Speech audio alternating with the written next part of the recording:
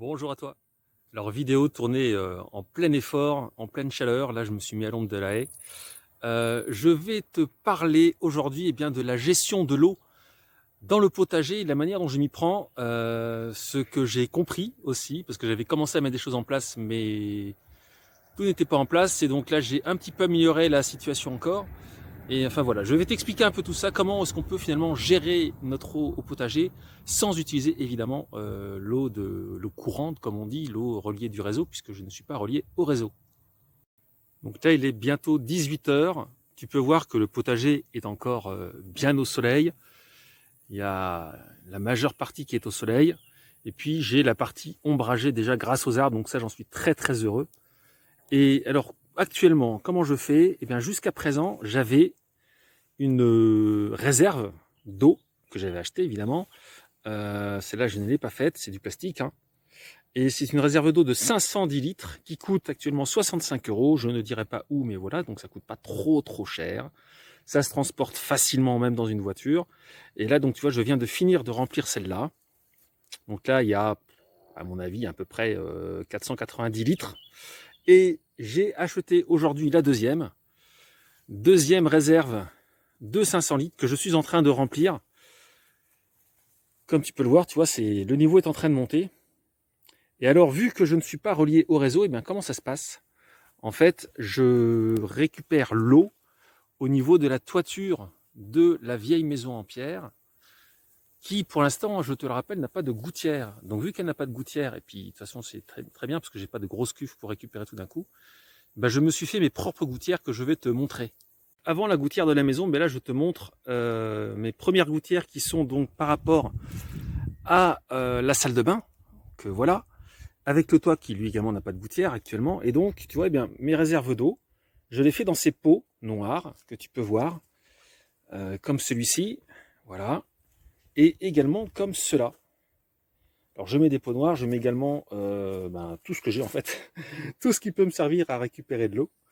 Je l'utilise lorsqu'il pleut, et ça me permet ainsi ensuite remplir mes cuves de 500 litres.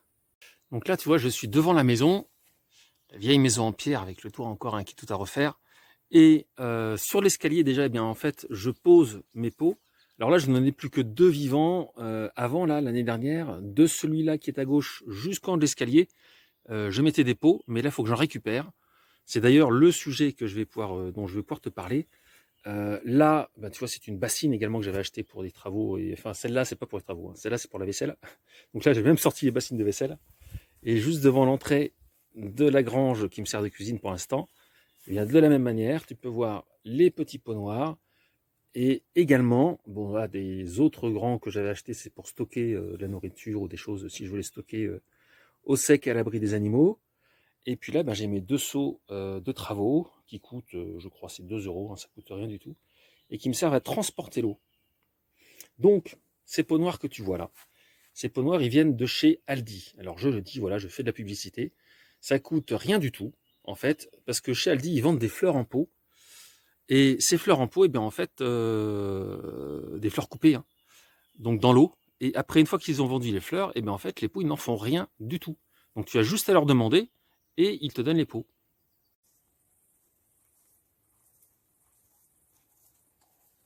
Et voici deux seaux de 10 litres qui continuent de remplir.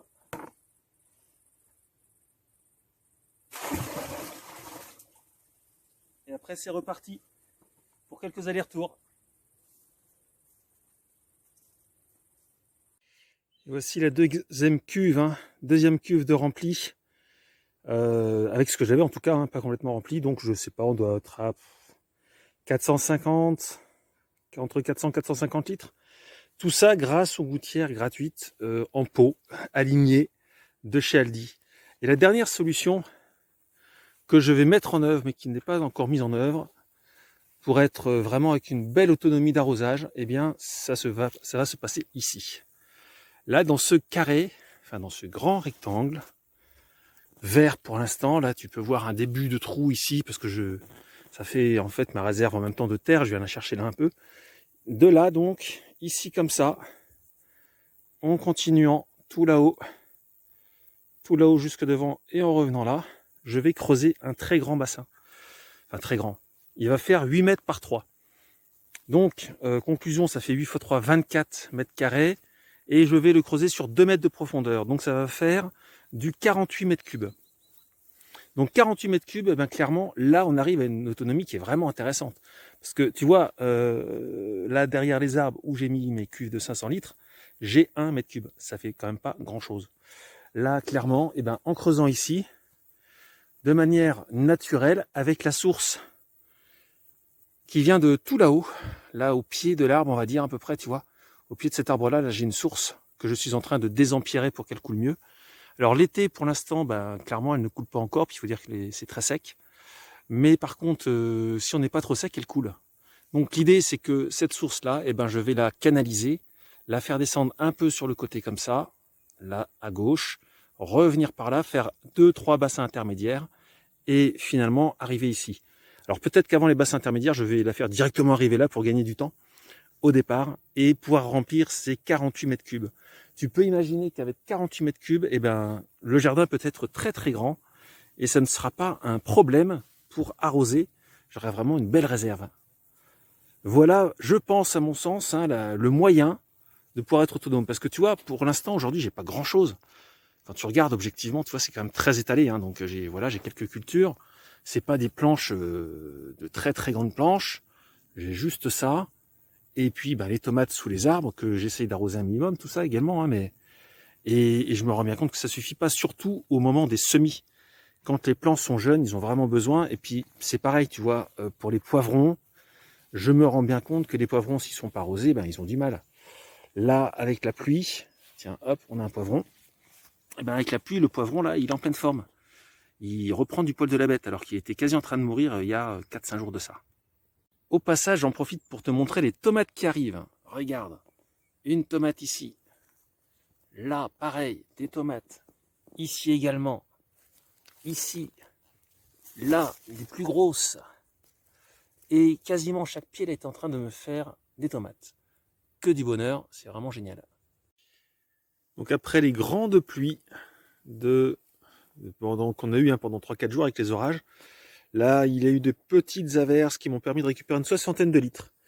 Et bien maintenant, tu vois, là cette réserve est presque remplie. Bon, il manque quelques dizaines de litres pour finir de bien le remplir. Ça fait quand même une belle réserve. Et par contre, tu vois, maintenant je vais couvrir, parce que tu vois, en laissant 3-4 jours, tout de suite, eh bien, on voit qu'il y a de la vie qui se crée. Alors je ne sais pas si ces petites bestioles que l'on voit bouger sont des larves de moustiques. On peut supposer. Bon, malheureusement, il y a quelques insectes là que je vais sauver aussi. Il y a une araignée, il y a une sorte de scarabée, donc ça, je vais les sauver avant de fermer. Et puis voilà, ben après l'eau va être conservée en attendant, en espérant qu'il n'y aura pas de trop grosse sécheresse. Donc voilà, fin de semaine. Hein. Il n'a pas beaucoup plu depuis, c'est ce que je te disais à l'instant.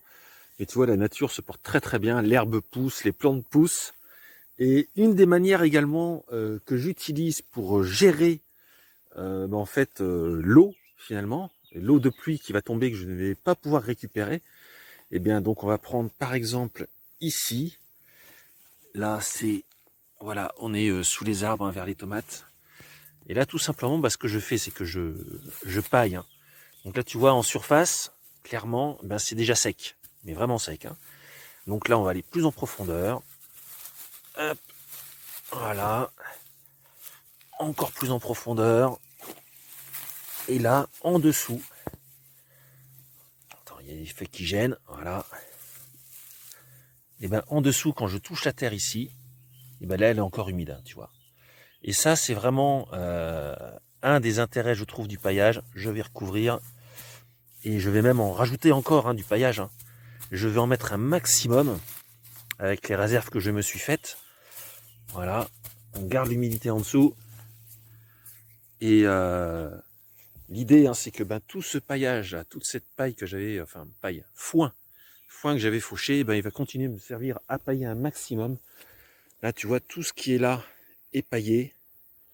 Et c'est pareil, en fait, pour partout où je peux pailler, je paille un maximum. C'est ce qui permet vraiment, je pense aussi, bien voilà, de nous aider à conserver l'eau qui peut tomber du ciel. Comme ça, il y a moins d'évaporation. Le principe du paillage, c'est ça.